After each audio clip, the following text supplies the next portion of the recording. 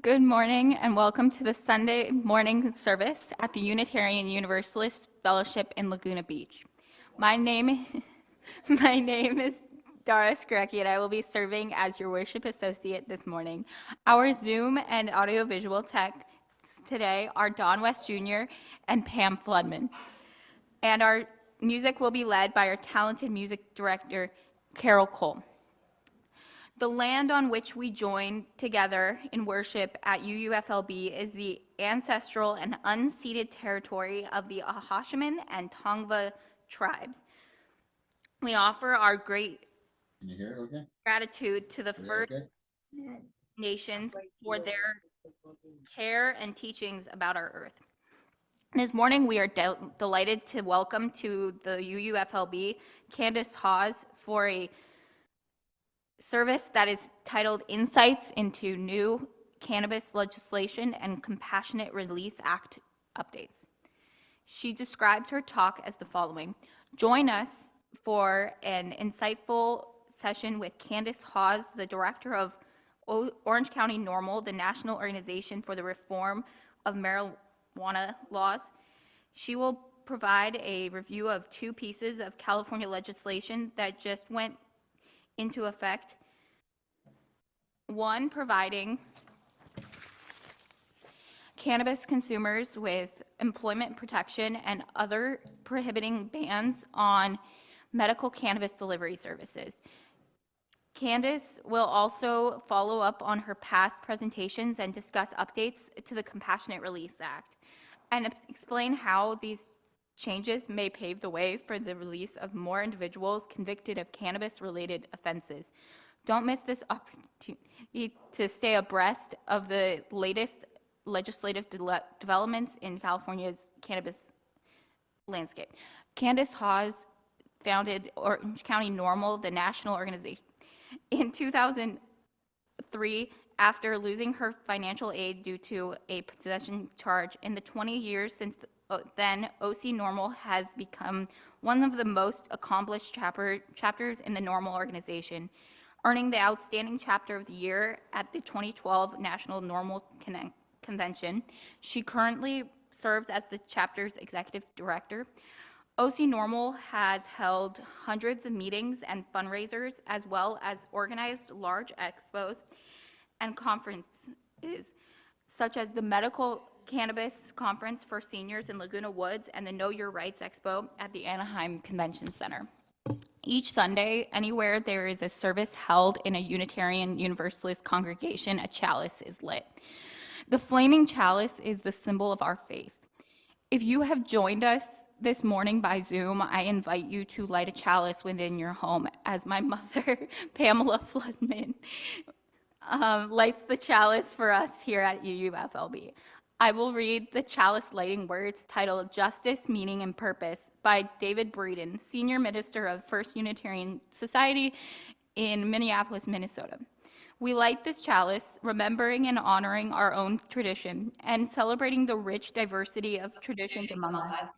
As we search for justice, meaning, and purpose, may we remember that justice, meaning, and purpose live first in deeply and listening to one another.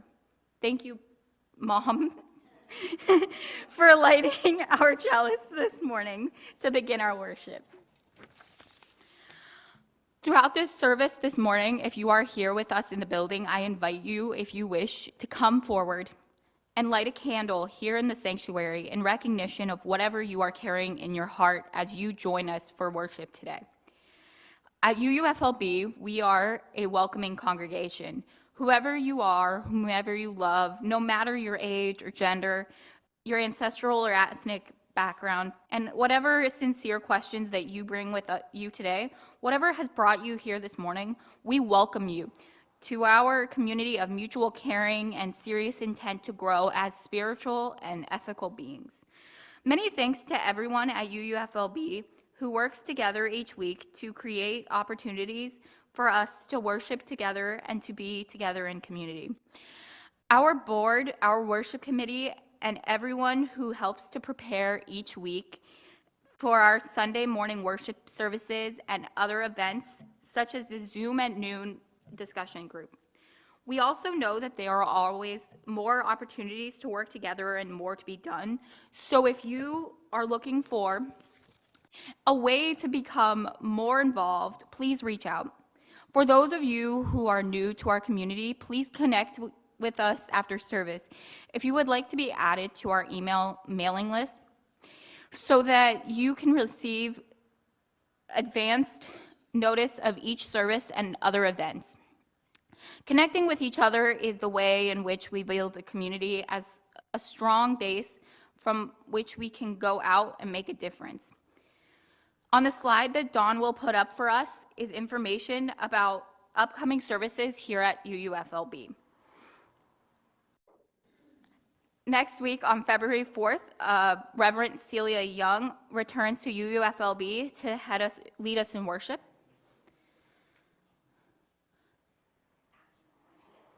On February 11th, Joshua Berg will return with the love-dependent web of all existence, and it's explained as in the face of global challenges and spiritual challenges, how do we weave, strengthen, and update the love-dependent web of all existence? And then on February 18th, Don West Jr. will come back.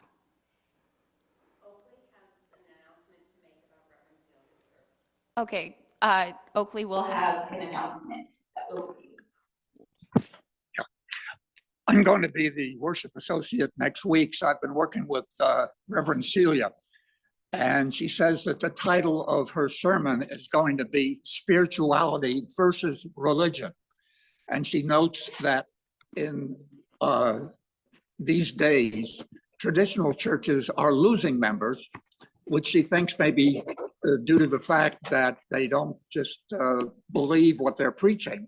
And on the other hand, many people are seeking spirituality for, as she puts it, whatever that is. So she's going to be talking about the dichotomy, and she was very excited as she got into thinking about the subject. It sounds like it's going to be interesting and challenging, and I'm sure you won't want to miss it.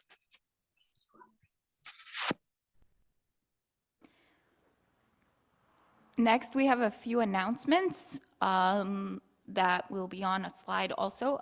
One of them is that every week on Monday, there is a Zoom at noon discussion group. The other is that start on the first Thursday of every month, there is a time when we collect food for a dinner at the alternative sleeping location. And that is actually this coming Thursday. So there's multiple people you can come talk to about that. And then there's a third thing. On February 18th, when Dawn comes, we're going to be making a discussion of if we want to adopt the 8th principle and how we want to adopt that, to our 7 principles. And we'll talk about that. If you want to ask, you can ask. The Gathering music was Fearless by Taylor Swift. The connection that I found between this song, which is one of the songs that she has re-recorded and re-released after her whole discography was sold in late 2020, and the discussion title for today's service are that Taylor is speaking about how something like love can make you fearless, but also when we look at the core reason for this discussion, social justice, we have to be fearless to fight for justice on taboo subjects like the legalization of cannabis and so many others. Our centering thought this morning is from the Gray Hymnal, reading 507, a Jewish prayer.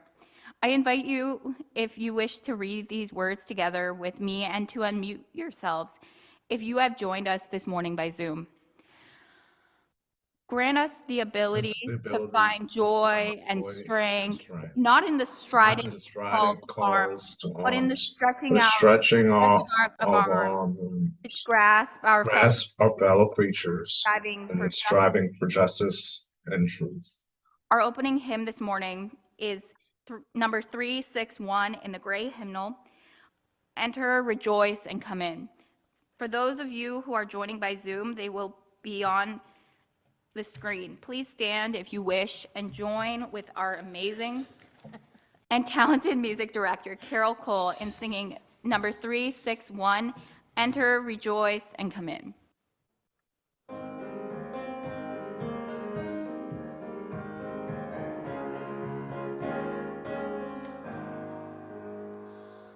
Enter, rejoice, and come in. Enter, rejoice, and come in. Today will be a joyful day. Enter, rejoice, and come in. Open your ears to the song change.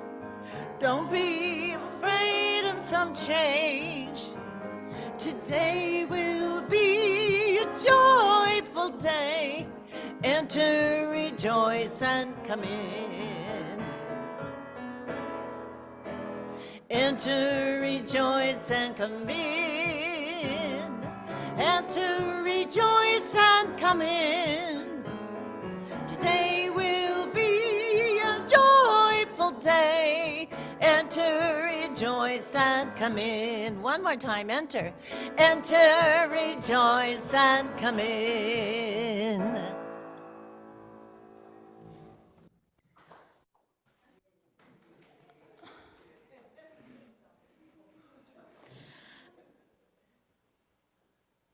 Let us take a moment to remind ourselves why we come together as a community. I invite you to read these words together when and if it feels right for you.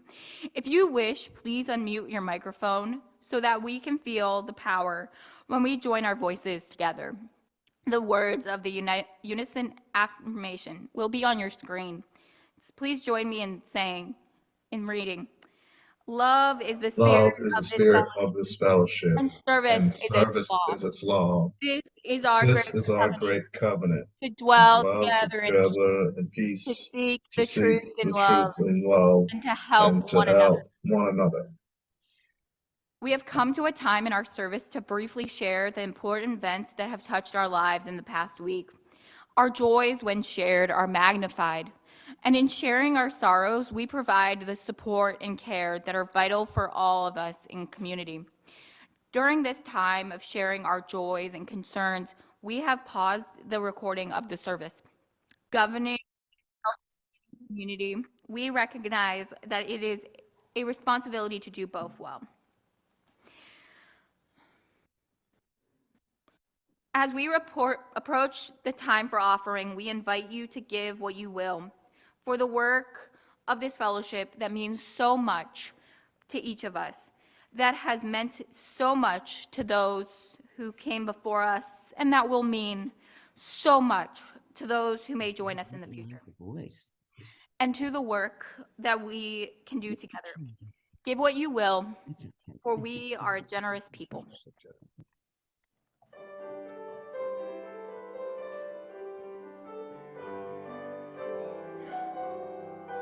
During this, I missed something. During this time of offering, we will be passing a basket within the fellowship. The information on your screen provides 2 additional ways in which you can give, either electronically on the left or by sending a check to the fellowship.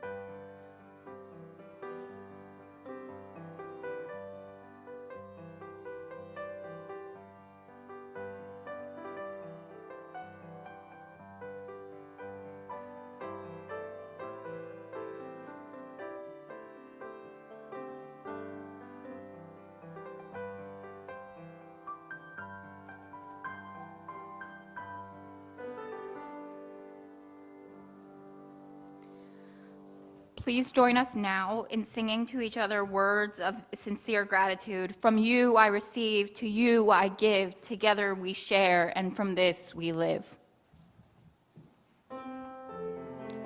Please stand and join hands if you care to. From you I receive, to you I give. Together we share, and from this we live. From you I receive, to you I give. Together we share, and from this we live.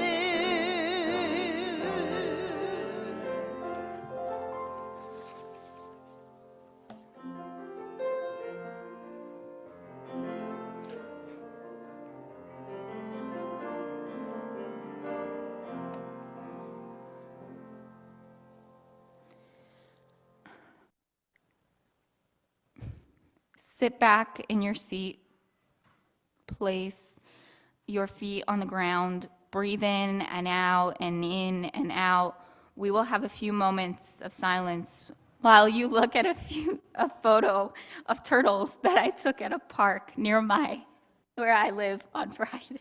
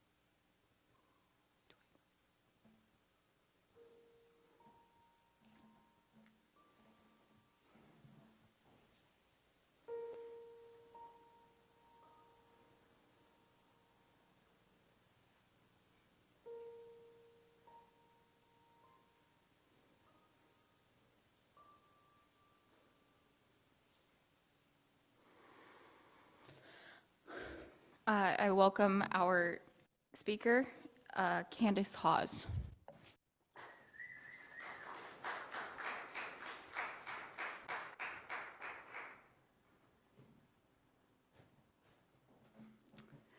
Hello, everybody. Thank you so much for welcoming me today. I'm happy to be back with you guys. I love speaking to your congregation and all the support that you provided to us here in the cannabis advocate community. Again, my name is Kandice. I had the wonderful introduction today, but just to remind you, I'm the executive director and founder of Orange County NORML. If you could please put my slides up on the screen.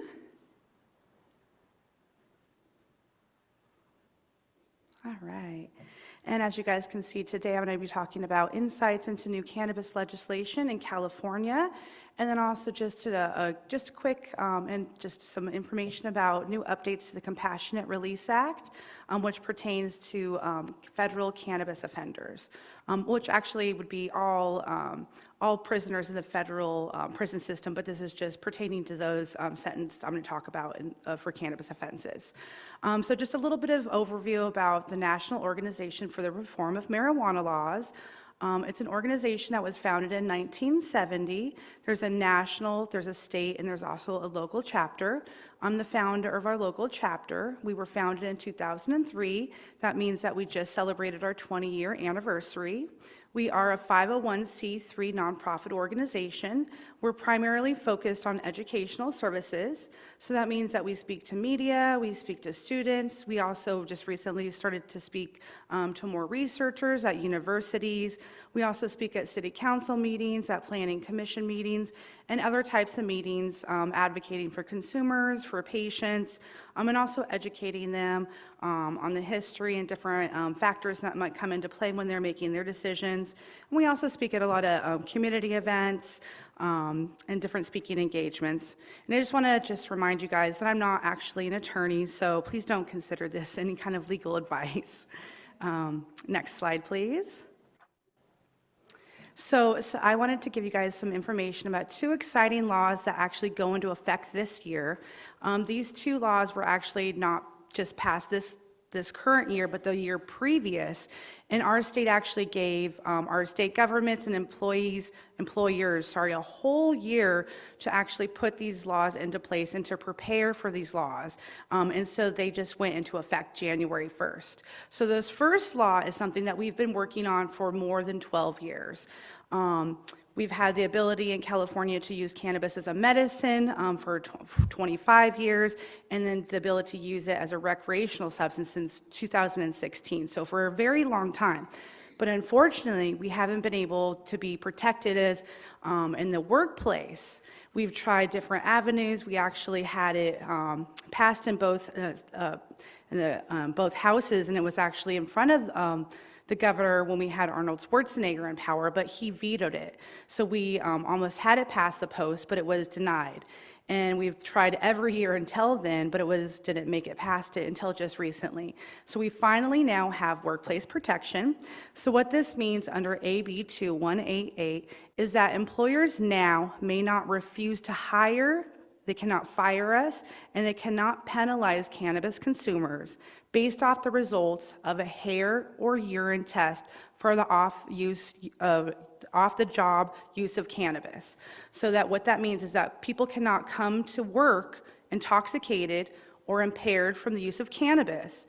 But if you're using cannabis on the weekends, when you're not on the job, then they cannot discriminate us for that, which they should not be. And when you're looking at urine and hair test results, those tests really they go far back, and they can show like whether you've been using cannabis, not like currently, but whether you used it, weeks or months, in the past, which, that does not actually show current impairment, but far back in your history. So that's why they now made those types of tests not allowable under law. So employees cannot be impaired in the job, as it says here, and they've now changed that the only ways that employers can actually show current or test for current impairment while at the job is using an oral swab, like inside your mouth, or they can use a performance test, which means that they have to actually set when they have to actually have an employee take the test when they are not when they're sober, and then if they think a person's intoxicated, they can have that person take that same performance test on a computer, and they can compare those test results to say, you took this test when I thought you were sober, and then now you're taking it, and the performance is showing that you're currently impaired, and so you need to go home. And then another way that they can try to prove impairment is they can try to have the employee take a blood test. So those are the ways that they can prove current impairment, but they can't force the employee to take a urine or a hair test. But this law actually does exclude certain types of employees. It excludes the building and construction union, and that is because when we were in the state government, those two unions came out strongly against this law, and so in our negotiations, we said, okay, we're going to exclude these two unions because you feel very strongly that this is a safety consideration, and so this law will not protect those that are employed in the building and construction trades. Also, other safety-sensitive job positions are excluded, like bus drivers, airplane pilots, types of employees that we don't necessarily want to be, using cannabis. Those are definitely excluded. And also other jobs, like federal jobs, like transportation, federal agencies, militaries. Those aren't protected. But this does protect a great number of people that have been using cannabis. A lot of people are afraid to report workplace injuries because they don't want to be triggered with the drug test. A lot of people are afraid to move up in their career, to take, to try to improve their lives, to provide better for their family because they're afraid of having to take a drug test. So this provides a lot of opportunity for our California workplace. Also, in the meantime, another law was passed, Amendment 700, SB 700, which actually prohibits employers from even asking if you've used cannabis in your prior history, which is a great thing. And so this will provide a lot of opportunity for our California cannabis consumers. So something that we've been working for a long time for, and we're very happy to actually finally have this in place. Next slide, please. Another law that we're very happy to finally have put in place, and again, California counties and cities have been given a whole year notice to get this in place, As you can see here on the chart on the right, you can see on this chart, and this is actually this has slightly been updated. I couldn't find a new chart. The current number is 60%, not 61, but 60% of counties in California currently prohibit retail stores or retail delivery licensing in their jurisdiction. And only 40%, not 39, but 40% allow it. So what that means, even though it seems like cannabis access is widespread across California, we still have a lot of areas that are cannabis deserts.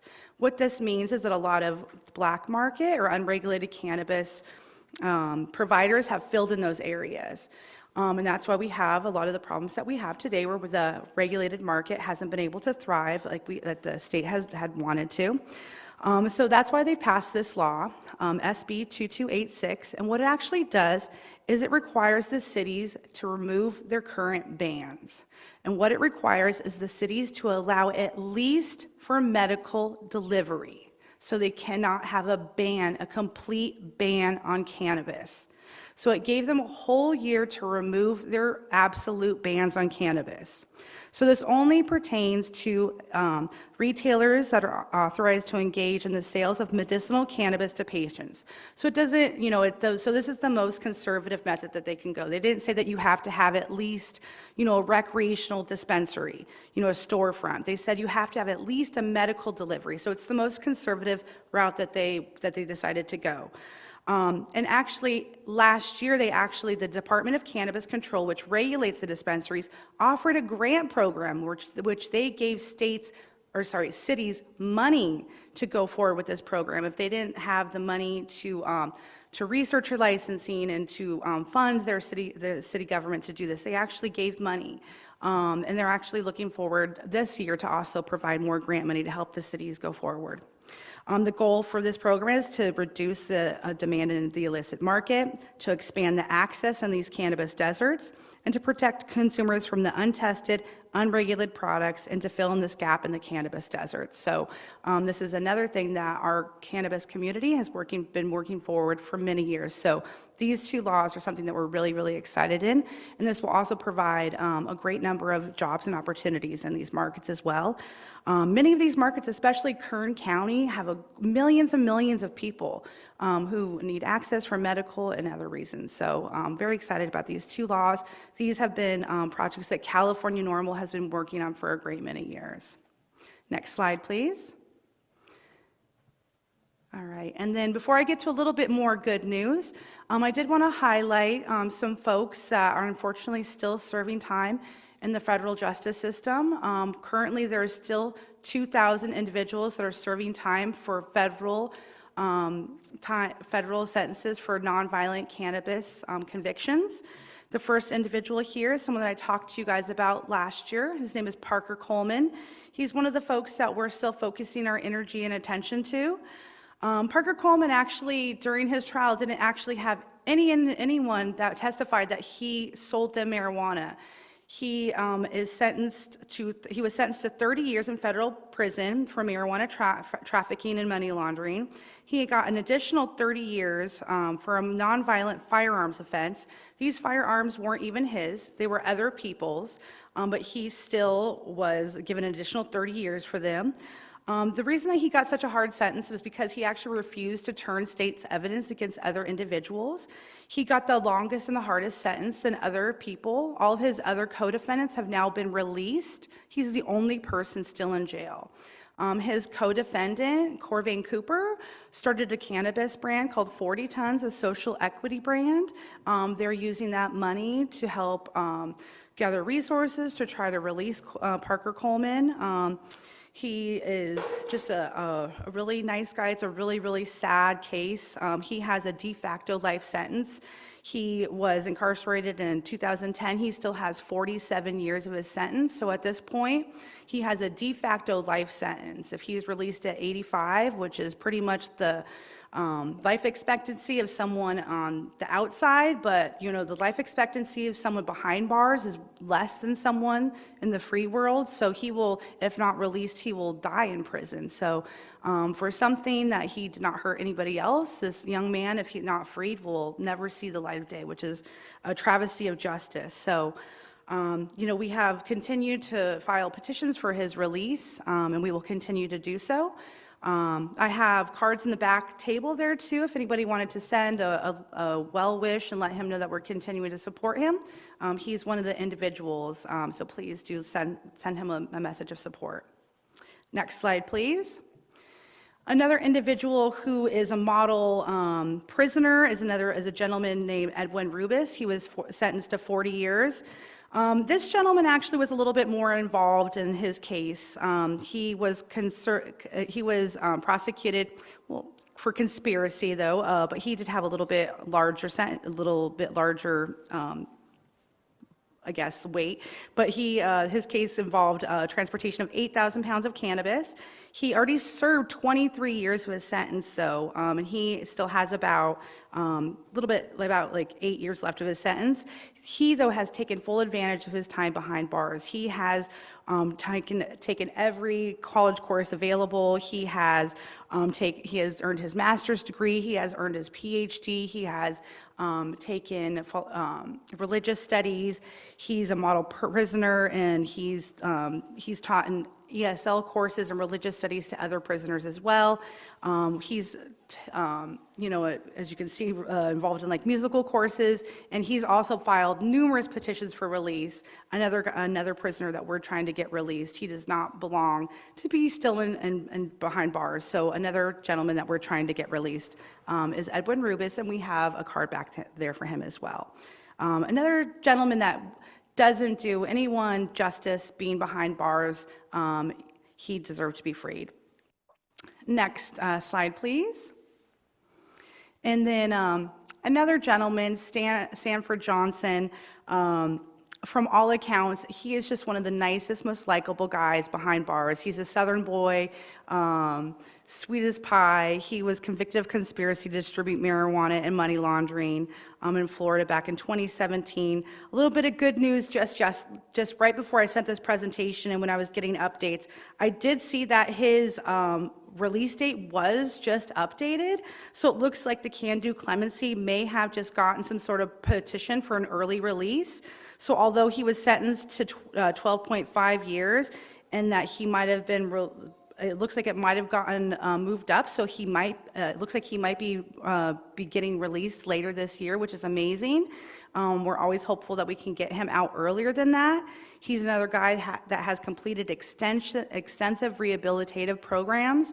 You can read more about him online, but he is just one of those guys that is just, his mother is very sick and he wants to get out and be able to spend some time with her before she passes away. And he is, so apologetic for what he's done in the past and has just spent his time trying to help others. And, he's not a threat to society. And I don't think that he should have spent any time behind jail, and that we could, find a different way to handle these kind of marijuana crimes. And no one should be behind jail for cannabis. Next slide, please. And then another gentleman is Jerry Heyman, who was sentenced to 10 years for the distribution and conspiracy to possess 1,000 kilos of cannabis with intent in Virginia. Prior to this conviction, he was actually an NCAA football player with a promising future. Currently, he is incarcerated in Lompoc with a maximum release date of October 2027. He is working on a petition for early release, and another individual that we're working with to try to get him released. Another individual taking advantage of every rehabilitation program and working to help others as well. I also have another card for all of these individuals in the back as well, if you want to help support and let them know that we're thinking of them. And then all these individuals were sent to me by Luke Scarmazzo. And so Luke Scarmazzo, I talked to you guys about last year. Luke Scarmazzo was one of the last medical marijuana providers sentenced to federal prison. He was operating a medical cannabis dispensary in Modesto during the crackdown by the DEA. His daughter was 5 years old when he was sentenced. And I wanted to update you guys that in February, about 3 months after I spoke to you guys last time, he was finally released after serving 14 years, almost 15 years of his 22-year sentence, which is absolutely amazing. He was notified when he was actually in solitary confinement that his petition from the Last Prisoner Project was finally granted, and he just couldn't even believe that it actually happened. He was so happy working with the Last Prisoner Project, Weldon Project, and actually the company I worked for, Glass House Group, all of us working together. He was finally released, and he actually got a job working for Glass House Group, and now he's leading our Justice Impact Program. So actually now he has a job where he gets to actually help other incarcerated cannabis offenders. And if you want to go to next slide. So what he gets to actually do is he gets to work full-time educating people about the number of incarcerated nonviolent cannabis offenders that are still behind bars. So what he does is he reaches out to those that would be eligible. He lets them know about the steps that they need to take. He supports them. He educates, like I said, the public about the number of nonviolent cannabis offenders that are still incarcerated. He supports those nonviolent cannabis offenders who are still incarcerated by finding them legal support and also post-conviction relief. He helps them file clemency petitions, the CR motions, habeas corpus, and et cetera.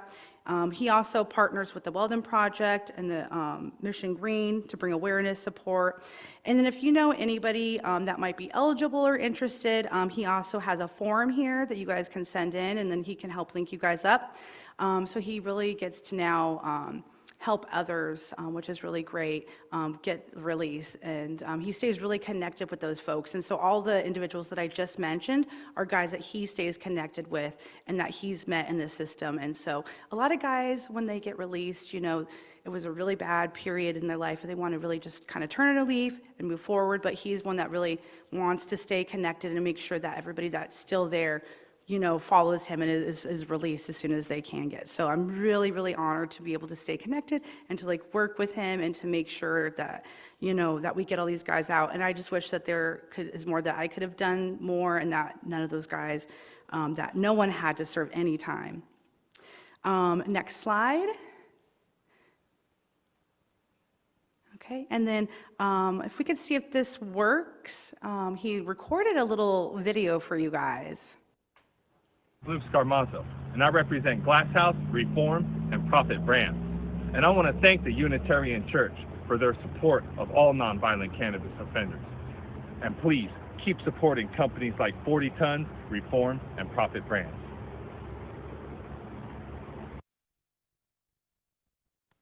So thankful for you guys.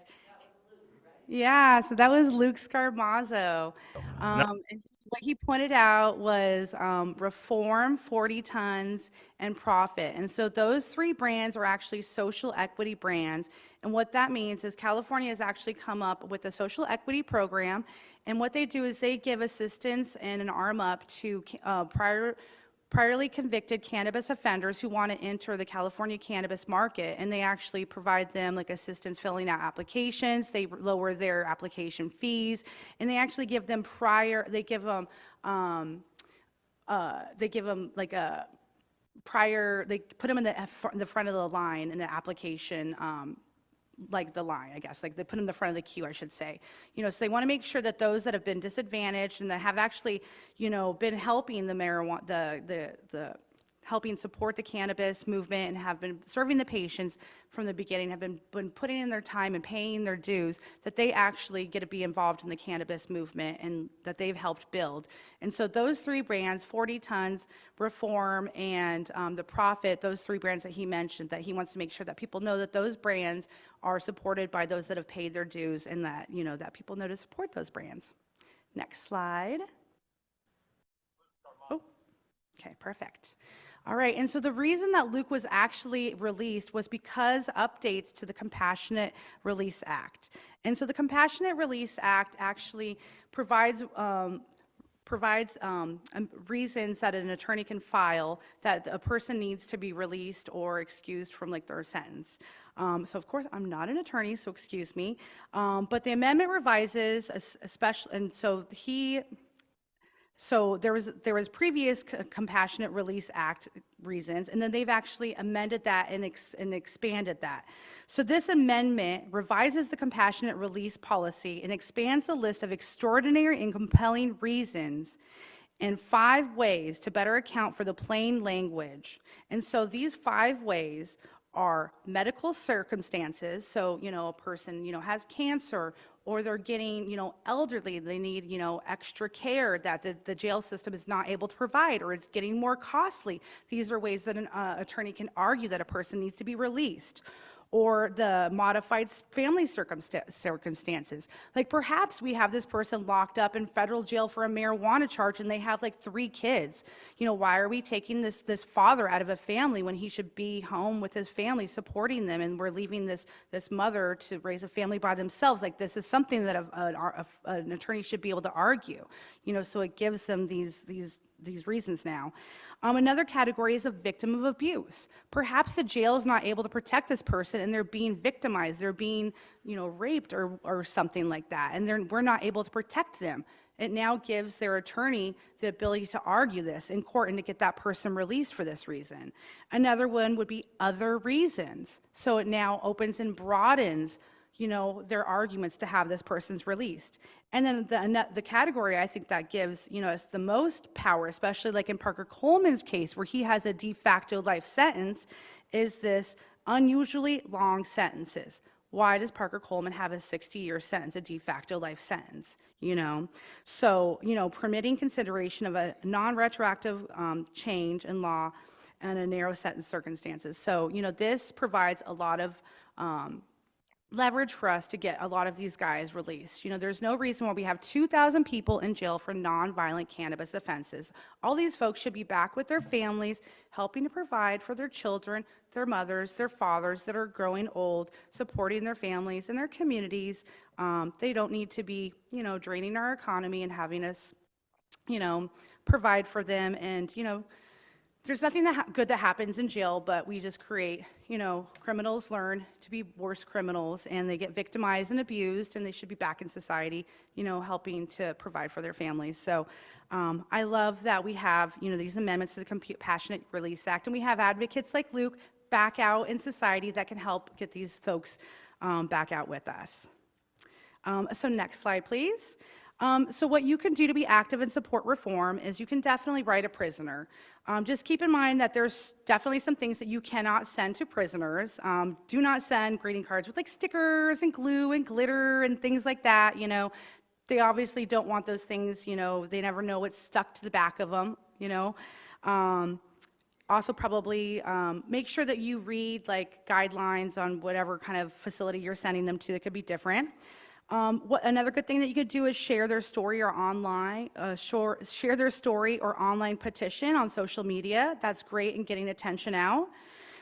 You could ask friends to write letters as well and share their story. You could also, I just learned this recently, I thought it was really cool, is you can order a POW or a prisoner, a magazine subscription. I saw that on the Last Prisoner Project. They don't not only read it themselves, but they share it with their other incarcerated friends. You can also put money on a prisoner's books. A lot of time in the federal prison system, they feed them enough to keep them alive, but not enough to keep them thriving and healthy. The quality of the food there is not good, and so there's a lot of organizations like the Weldon Project that help give them enough, give them some money so they can get more food. Another thing you could do is sign an online clemency petition. And another thing you can do is you can call your representative. You see an offender or a prisoner that's been sentenced in your area. That goes very far as to make that additional call. All right, next slide, please. And then I just wanted to put on this next slide here just some logos and information. So on the top is those 3 social equity brands that we mentioned that are founded by recently released cannabis offenders. That was the Profit, and then Reform, and then you can see here Weldon Angelos. He was actually sentenced to 15 years, and then he was released after 13. And then 40 Tons, which was Corvain Cooper, Parker Coleman's co-defendant. And on the bottom here is 3 social justice reform organizations: Freedom Grow, Last Prisoner Project, and Mission Green. Those are 3 great organizations to get involved with and get more information. And then next slide is just a little bit of more information about me and where you can get a hold of me. But yeah, I really appreciate you guys having me here today, and I will be around afterwards for more questions and to give you guys some more information. But thank you so much again.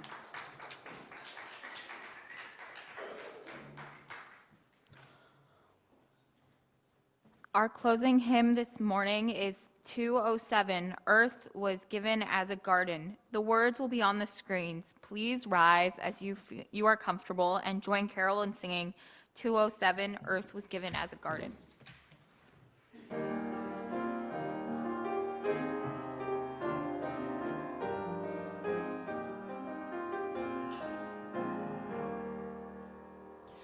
Earth was given as a garden, cradle for humanity,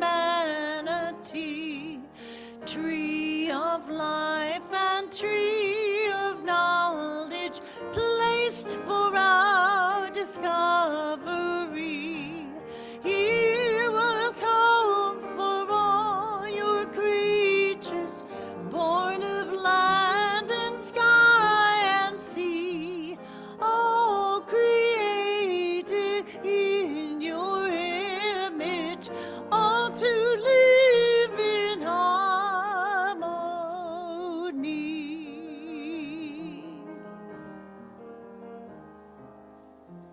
Show to us again the garden where all life is fresh and free. Gently guide your sons and daughters into full maturity.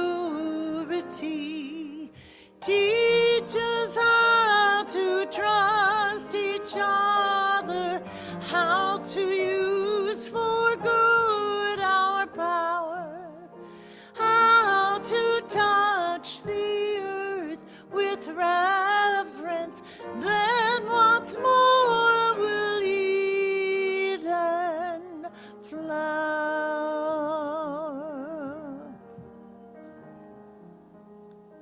Bless the earth and all your children, one creation make us whole, interwoven, all connected, planet wide and inmost soul.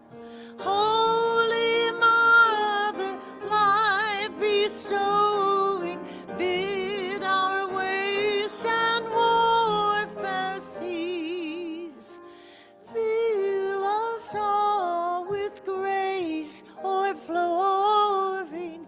Teach us how to live in peace.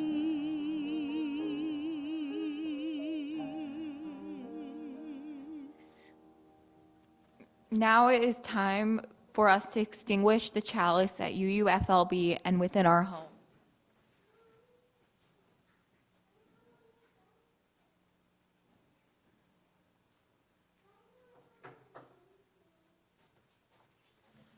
We extinguish this flame, but we keep its light in our hearts with its message of community, love, and justice, taking it out into the world in which we live until we are together again.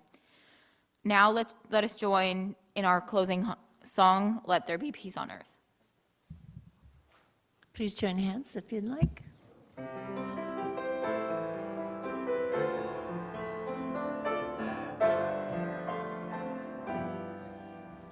Let there be peace on earth, and let it begin with me. Let there be peace on earth, the peace that was meant to be. With earth as our mother, we are family. Let us walk with each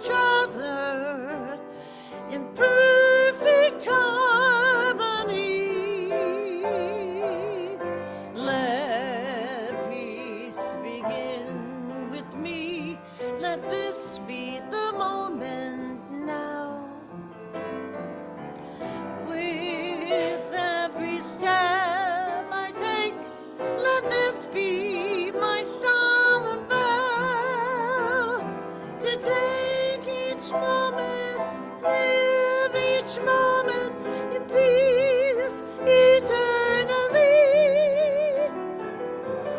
Let there be peace on earth, and let it begin with me.